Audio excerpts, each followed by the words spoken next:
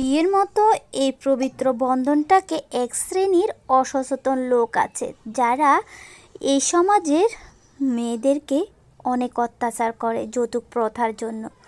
যৌতুক নিয়ে তাদের এতটাই কুপরামর্শ সমাজে যে যৌতুকের জন্য একটা মেয়েকে মারতেও দ্বিধাবোধ করে না, তাকে কতটা সহ্য করতে হয় অত্যাচারের কারণে সে একদিন নিজের প্রাণটাই দিয়ে দেয়। এই সমাজটা বদলে যাচ্ছে নাকি মানুষ বদলে যাচ্ছে কিছুই বুঝতেছি না।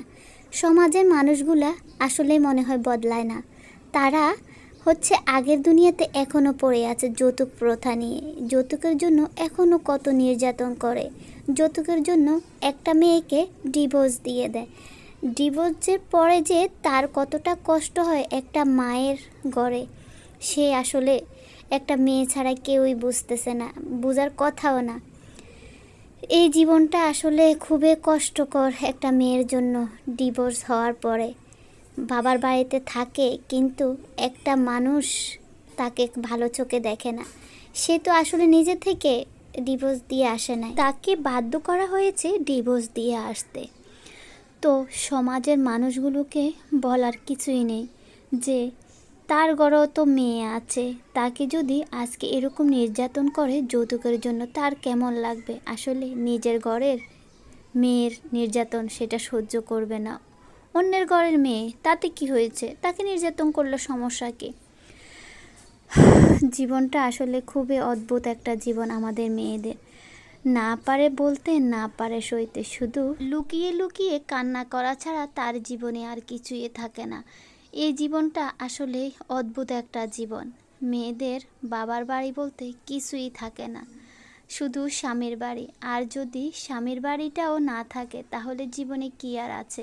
যে মেয়েটা বাবার বাড়িতে পুতুল হিসাবে ছিল, কখনো হাতটা কালো হবে বলে কলা কাটতো না, কখনো হাতটা নোংরা হবে বলে আসলে মাছ কাটতো না, সে মেয়েটি আজকে শ্বশুরবাড়িতে এসে সে অনেক অনেক ধানের পাতিল করে। সে কি আর এখন সে মেয়েটি আছে, পুতুল হয়ে আছে? তারপরও তোমাদের কাছে দিন শেষে নাম নেয় কেন? তোমার বাসায় কি মেয়ে নেয়? তোমার বাসার মেয়েটাও তো অন্যের বাড়িতে গিয়ে অন্যকে আলোকিত করে, সে আলোকিততে তুমি আলোকিত। একটা মেয়ে কখনোই শ্বশুরবাড়িতে ঝগড়া করতে আসে না। শ্বশুরবাড়িকে নিয়ে অনেক স্বপ্ন তার থাকে, সে স্বপ্নটা ধুলাবালি করে দেয় শ্বশুরবাড়ির লোকজন। তাকে অনেক নির্যাতন করে তার বাবার বাড়ি থেকে জিনিসপত্র আনার জন্য।